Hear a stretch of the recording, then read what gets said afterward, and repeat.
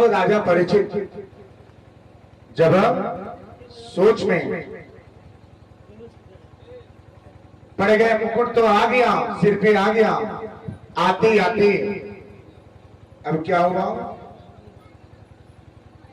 जब मुकुट जब आ गया ना तो उनका मस्तिष्क जो था वो फिर गया, और जब मस्तिष्क फिर गया तो सोच में पड़ गए, करे तो करे क्या, करे तो करे क्या। अब चले गए, विचार बदल गया, विचार बदल गया। अब चले गए शिकार खेलने। उस दिन उन्होंने कई जीव की हत्या कर दिए, निहत्थे जीव की हत्या कर दिए। और जीव जब हत्या कर दिए ना तो जीव हत्या करने के बाद जो राजा एक चींटी का भी हत्या नहीं किया, जो राजा अपने पांव के तले एक चींटी का हत्या नहीं किया, उस दिन राजा ने निहत्थे कई जीव की हत्या कर दी। सोचिए, ऐसे होते हैं पाप। ऐसे मनुष्य के जीवन जो है ना बहुत ही भाग्य से मिलता है। ये धर्म कार्य के लिए होता है। धर्म कीजिए, अपने जीवन को कृत्य कीजिए। राजा परीक्षित जब निहत्थे जीव हत्या करके जब लौटे, रास्ते में सम्यक ऋषि का आश्रम क्या था? सम्यक ऋषि का आश्रम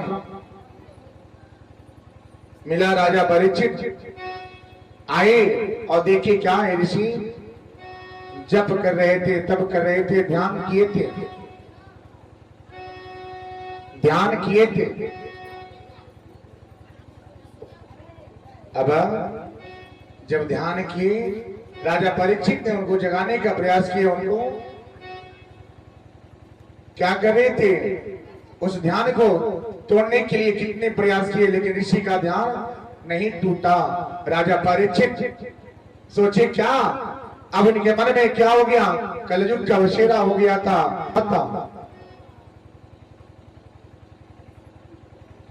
अबे सोचे क्या, ये लगता है कि हमारे सामने एक झूठी नाटक कर रहे हैं, ढोंगी कर रहे हैं। राजा परीक्षित कहीं से मरा हुआ एक सांप लाए और उनके गले में क्या किए? डाल दिए। ये दृश्य उनके पुत्र जो थे श्रृंगी ऋषि देख रहे थे। आए और बोले कि महाराज, ये आपने क्या किया? ये आपने क्या किया?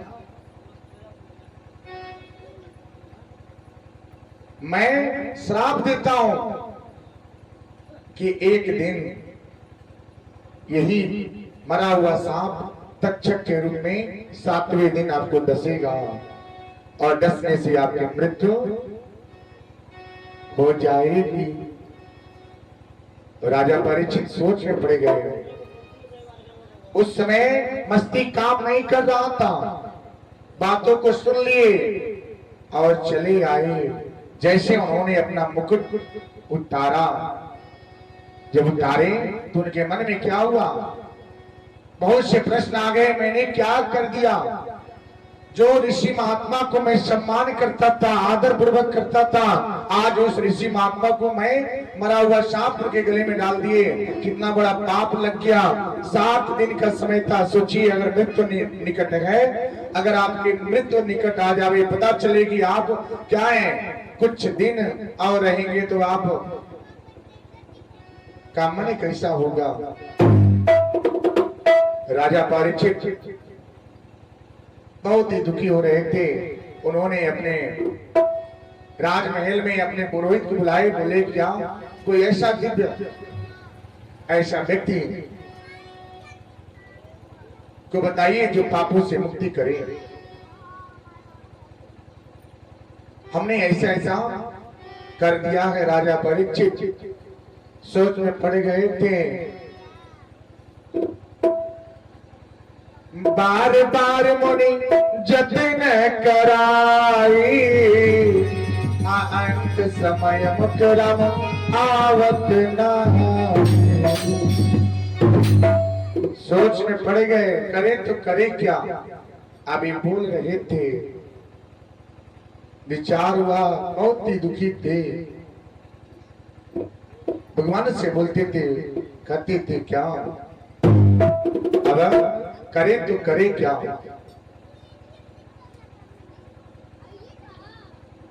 आई सुखदेव जी मुनि महाराज का आश्रम जो था नर्मदा नदी के तट पे, उनके पिता वेद व्यास जी थे। उन्होंने बोले क्या महाराज, चिंता की कोई बात नहीं है, हमारा जो पुत्र है वही है जो आपको पापों से प्रायश्चित कराएगा। आप क्या करें, उन्हीं के पास जाएं, वही एक ऐसे हैं जो आपको पापों से प्रायश्चित कराएंगे। अब राजा परीक्षित ऐसे विचार से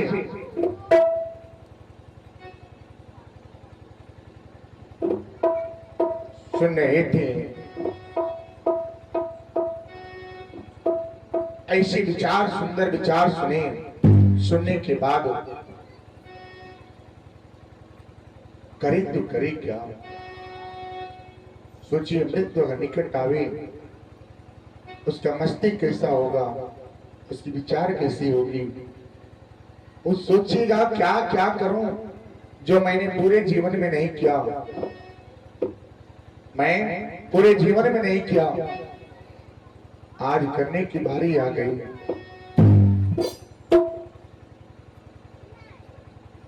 अब बोले सिरगत सिरगत, उस दिव्य पुरुष से क्या करें, आप मिलाएं, उस दिव्य पुरुष से मिलावें। राजा परीक्षित बोले मेरे पास समय कम है, हे महात्मन, हे मुनिश्रेष्ठ, आप उनसे आप मिलाएं। सोच रहे हैं समय बहुत कम है, बोल रहे हैं ऋषि बोले तो कहे क्या।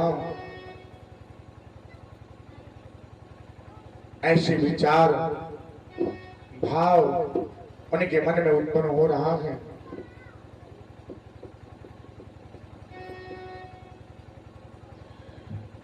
बोल रहा हूं इस नगर में, कान्हा का बस ध्यान करो।